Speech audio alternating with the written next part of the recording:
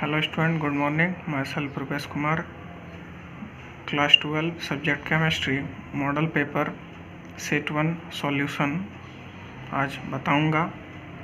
तो आप इस क्वेश्चन को याद करें, डेफिनेटली इससे भी कुछ क्वेश्चन ज़रूर रहेगा दिसंबर में होने वाला एग्ज़ाम में।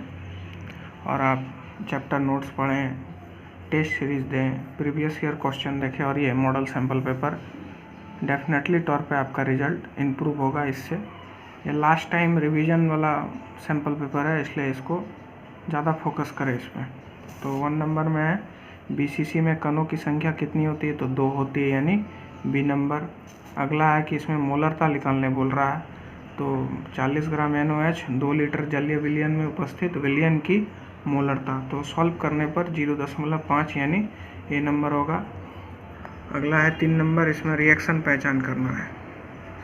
तो ये रिएक्शन साफ तौर पे दिख रहा है कि 2Na है और ड्राई ईथर है। इसका मतलब रिएक्शन पूरा होकर क्या दे रहा है, ईथेन दे रहा है, यानी ये ऊर्जा विक्रिया है। ठीक है। अगले क्वेश्चन में 4 नंबर, NaCl के जलीय विलयन में वैद्युत अपघटन से कैथोड पर डैश प्राप्त होता है, तो हाइड्रोजन प्राप्त होता है। अगला क्वेश्चन है, इनमें से Fe लोहा का अयस्क कौन है, तो हेमेटाइट है। आंसर 5 का ए होगा। 6 नंबर, वर्ग 15 के तत्वों का सर्वाधिक अस्थायित्व वाला हाइड्राइड यानी most stable hydride of group 15 element is NH3 6A। 7 number, इनमें से कौन संक्रमण तत्व नहीं है, तो Zn संक्रमण तत्व नहीं है, ट्रांजिशन एलिमेंट नहीं है। रीजन क्या है कि Zn का d ऑर्बिटल पूरा भरा हुआ रहता है, इसी कारण से। क्वेश्चन नंबर 8 में पहुंचते हैं। तो ये CH3CH2Br KOH एल्कोहलिक है, तो एल्कोहलिक है यानी याद रखना है बीटा एलिमिनेशन होगा। यहाँ से क्या होगा, हैलाइड लिख लेगा, H यहाँ से निकल जाएगा, जिसके कारण ये एल्कीन डबल बॉन्ड का निर्माण करेगा, यानी ए नंबर होगा आंसर।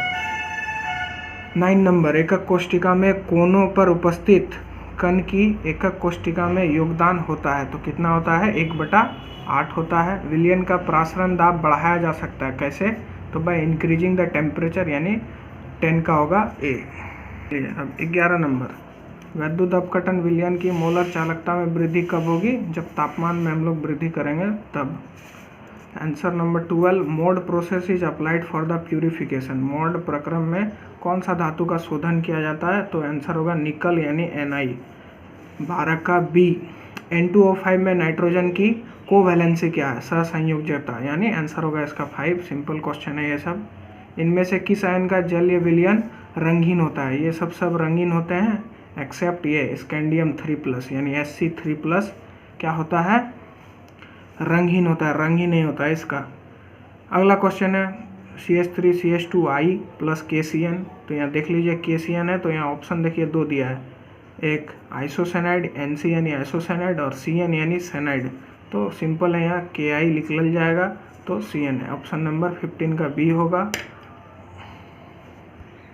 पहुँचते हैं अगला क्वेश्चन 16 नंबर, CCP में कितना परसेंट क्या the percentage of available space, कितना स्पेस खाली रहता है, तो इसका आंसर होगा 74। अगला क्वेश्चन है, the relative lowering of vapour pressure in case of solution of non volatile solute is equal to the mole fraction of solute. ये स्टेटमेंट किसका था, तो डेफिनेटली राउल्ट का था, यानी 17 का होगा सी। वीडियो में बने रहें, सारा आंसर सभी 5 सेट केमिस्ट्री, इंग्लिश और बायोलॉजी का इसी यूट्यूब चैनल पर अपलोड होगा। आप चैनल को सब्सक्राइब करें एवं ज़्यादा से ज़्यादा वीडियो को शेयर करें। 18 नंबर इलेक्ट्रोकेमिस्ट्री का सवाल है, यानी कैथोड माइनस एनोड सॉल्व करने पर 0.59 वोल्ट आएगा, यानी 18 का ए होगा। अगला क्वेश्चन, वायु की अधिकता में अयस्क को गलनांक के नीचे गर्म करने की प्रक्रिया को वर्जन कहते हैं, दैट कॉल्ड रोस्टिंग। नाइट्रिक अम्ल प्रोड्यूस करने के लिए कौन सा कमर्शियल मेथड यूज होता है, तो दैट्स ओट्सवाल प्रोसेस। Cu2+ का आयनिक इलेक्ट्रॉनिक विन्यास बी नंबर होगा, देख लीजिए, आप जोड़ लीजिए, 29 होता है। ठीक है, 2 चला गया है, तो 18 और 9 कितना होगा, 27, और S में 0 होगा। डेंसिटी का फॉर्मूला क्या होता है, डेंसिटी ऑफ क्रिस्टल, तो ये होता है Zm/A³ × Na। Na यहाँ पे अवगाढ़ो संख्या है। अगला क्वेश्चन है यहाँ पे एक इम्पीरियर फार्मूला मूल अनुपाती सूत्र मांग रहा है, तो इसको सॉल्व करने पर ए बी आएगा 23 का बी। कोई इस पर सॉल्यूशन नहीं मिल रहा है, आपको सिर्फ आंसर बताया जा रहा है कि इसका ये होगा। एक्सप्लेनेशन करने पे वीडियो का लेंथ बड़ा होगा, इसी कारण से एक्सप्लेनेशन नहीं दे पा रहा हूँ। 24 सॉल्यूशन का क्वेश्चन है विलयन के अनुसंख्यिकीय गुणधर्म वे गुण होते हैं जो डैश पर निर्भर करते हैं, तो किस पर? कणों की संख्या पर निर्भर करते हैं, कणों की प्रकृति पर नहीं। जल में यदि ग्लूकोज मिलाएंगे तो उसका विलयन का क्वथनांक बढ़ेगा, जी हाँ बढ़ेगा। इसको ये है नॉस्ट इक्वेशन पे सवाल, इसको सॉल्व करने पर 0.741 वोल्ट आएगा।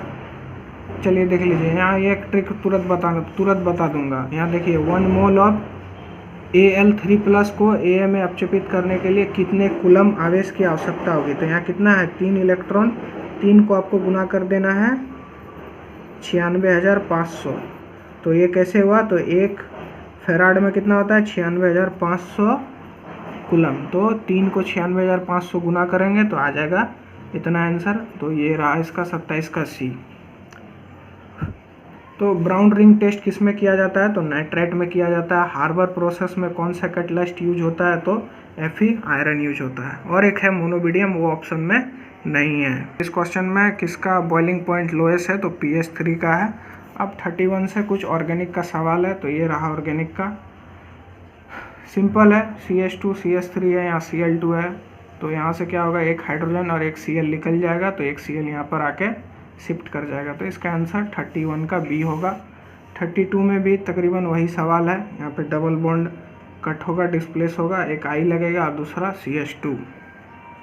अगला वापस से फिर वही डबल बॉन्ड वाला रिएक्शन है, तो डेफिनेटली इसका आंसर क्या होगा? बी नंबर होगा। इसमें आइडेंटिफाई करना है कि 2-ब्यूटानॉल क्या है, तो 2 डिग्री अल्कोहल होता है।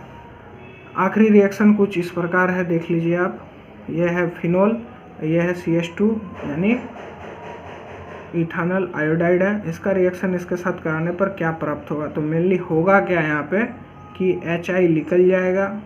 देखिए यहाँ पे होगा क्या, तो इसका आंसर क्या होगा? बी नंबर होगा। अब बी नंबर हुआ कैसे? देखिए ऑप्शन में कहीं पे भी रिंग नहीं है, तो ये फिनोल को हम लोग क्या लिख सकते हैं? C6H5O, ये रहा O, और वापस यहाँ पे C2H5 आ जाता है, तो निकलता क्या है? HI बाहर में निकल जाता है। तो चैनल को सब्सक्राइब करें, मेधावी क्लासेस ज़्यादा से ज़्यादा शेयर करें इस वीडियो को, अधिकतर स्टूडेंट तक ये वीडियो पहुंच जाए, जिससे वो अच्छी तरह से जैक द्वारा आयोजित दिसंबर में एग्ज़ाम की तैयारी कर सके। Thank you.